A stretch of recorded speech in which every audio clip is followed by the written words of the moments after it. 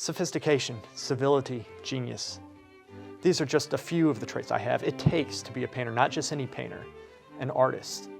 More specifically, a classically trained artist, one who studied at the Florence Academy of Art in Florence, Italy for countless years. Peasants, and you have one sitting here before you today, gracing you with his presence. Yes, I'm Louis Guidetti. I'm here again to inspire you, encourage you, and to guide you through this little thing we like to call art. Am I the best out there to listen to? Well, yes. I would like to say that there are other great resources out there that you could learn from, but there aren't. Not ones you could trust. Now I've chosen to demonstrate my skills flawless by doing a high-class still life. Still lifes are most prestigious, and I have chosen some objects that are best suited to represent such work. Skeleton with pumpkin. I started by taking down my previous still life setup. In my boundless wisdom, I decided I would like to paint a darker scene. I chose to use the warm brown cloth as a background because it looks really cool.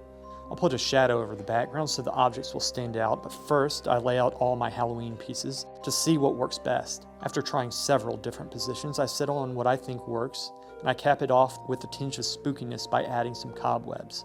I commenced to put my colors on the palette. Basically, all I used for this painting was ivory black, ultramarine blue, alizarin crimson, cadmium red, yellow ochre, cadmium yellow, and titanium white. Happy bush. I start by blocking in the basic shapes with a 1/2-inch dagger brush, which is excellent in its versatility, meaning you can get a variety of brush strokes from soft to sharp lines. Now you might be asking yourself, Louis, how is it that you execute with such perfect technique and fluidity of mind and hand? To which I would respond to that question with a question of my own.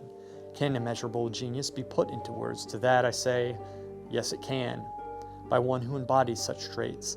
Ladies and gentlemen, I'm here to inform you that I, Louis Guidetti, make a solemn vow this day, to you simpletons, to lead you on the right path. You can trust me and know that I will always take the high road and remain for you a model of artistic maturity.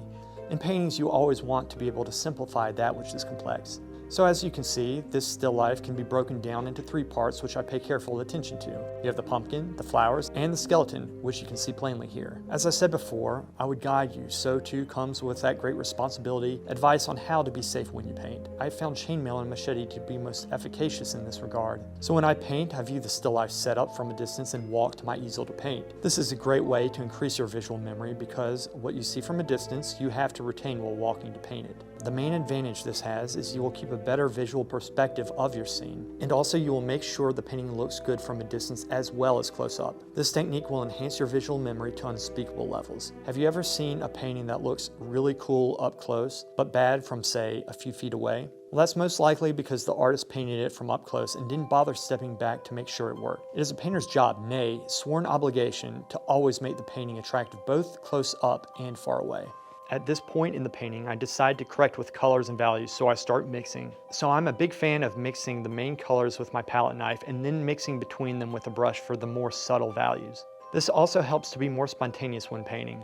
Notice the fluidity of hand. Notice the skill involved in such technique. Years of practice, you might say, to which I respond, maybe to the mongrels, but for myself, this came naturally without any work. Or 15 years. Notice how I use the back of the palette knife to mix with. This ensures that the paint does not clump up on the knife and basically makes it more efficient to mix with. I block the colors in the same way I block the shapes in, keeping them broad and simple. It's not that I don't pay attention to color when I do this, but you don't want to get too specific in this stage because things are still shifting. I am keeping the light value subdued at this stage because I want to be able to build the light up as I go.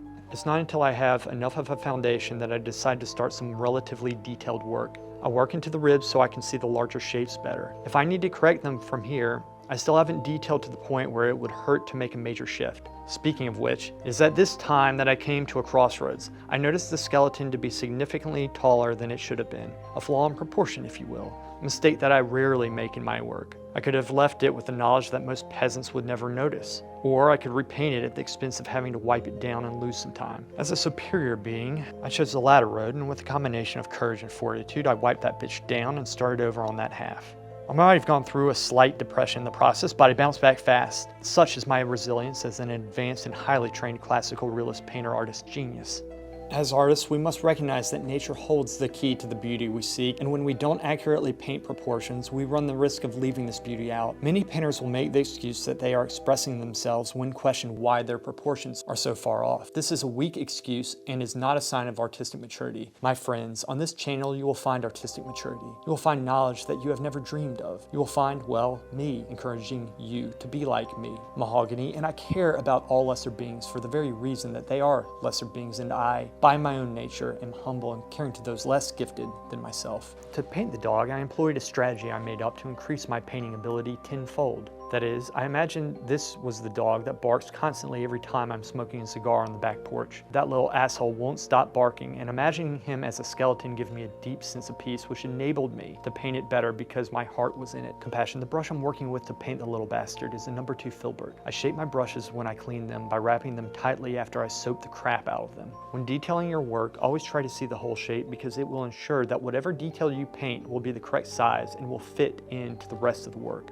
As you can see, I'm working around the painting and trying to develop it evenly. Adding color in one area will affect how we see the color in another area. Therefore, peasants, it is important to work the painting up all at once. This applies to light and dark as well. I'm basically switching up my brushes as I see fit. Every artist will have their preferences, and I change my work style up constantly. I think it's good to switch up the brushes you use from time to time. This gives more versatility to your work and enables you to expand your techniques so you can capture more diverse subject matter. I've been using dagger, round, and filbert hog hair brushes mostly for this painting. Other paintings I might use synthetics, which are more fine and create smoother brush strokes. It's important to try new brushes and never get too dependent on just one. Otherwise, your work can suffer. I'm pleased I moved the upper body down because the gesture is better now and I'm able to commence work on the face, which is my favorite part. It's not a large painting, so I'm barely touching the brush to the surface. I'm keeping the paint thicker in the light areas and thinner in the dark areas so the painting pops. When I paint flowers and shorter paintings like this, I won't try to paint every individual petal in, but rather the impression of them. Better than you? I'm using a 1/2 inch dagger brush because it has a nice shaped edge that will work for the shape of the petals. In the most interesting video that was ever created in the entire universe on drawing an egg, I explained how a spherical object catches light and fades to dark as it curves. I applied the same idea to the flowers. I started with a midtone, worked the dark into it, and then brought the light up. In this way, I shaped the flowers, and I have no doubt that this is the best flower painting done in the history of art. High class. After most everything is built up properly and I'm confident the proportions work, I slowly build the paint up and apply detail. When working over wet paint, applying more medium to the paint, in my case walnut oil, will help it stick better. I'm using a No. 1 round quite a bit for this stage. It's okay to show brush stroke and to have thick paint in the lighter areas, and in fact I encourage this. Painting can be sculptural as well. I constantly go back over areas I have already painted as I work around the painting. This is because when you paint one area, it changes how you see everything else. In this way, you can build the painting up evenly. I proceed to paint the background in, and again, I have left this part to the end because I use the painting to rest my fingers on and I don't want to get it dirty. In a normal painting that I would take more time on, I will have the background filled in much sooner as to work with a more accurate impression longer. A few finishing touches and boom, another masterpiece that will probably end up in the Louvre before the week is out.